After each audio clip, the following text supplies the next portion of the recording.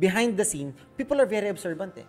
Yung nakita ko sa tao, lalo na sa mga Pinoy, very observant. Yes. Everything I do kasi is for the business. It's not really for personal gain eh. It's not really for the fame. It's not really for everything. Wait, bakit Lunok Pride? What do you mean? Lunok Pride kasi yung gagawin mo doon na ginawa kong katawa-tawa sarili ko doon eh, honestly. Parang Kuya Jobert. And I'm very good friends with Kuya Jobert kasi. So ano ko na eh, na-instill ko na sa personality ko yung pagiging Kuya Jobert.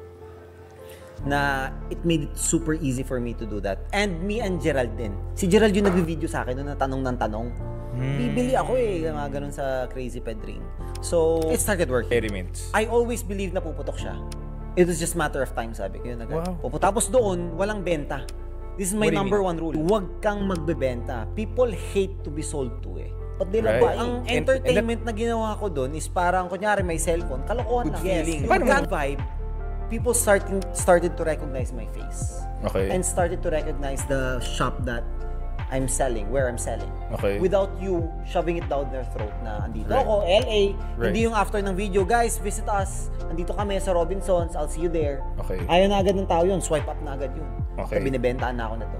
Okay. Pero, pahapyaw ka, that's what I call awareness.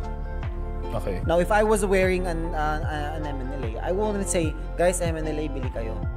Diba? Pero pag lagi ko nang suot, behind the scene, people are very observant eh. Yung nakita ko sa tao, lalo na sa mga Pinoy, very observant.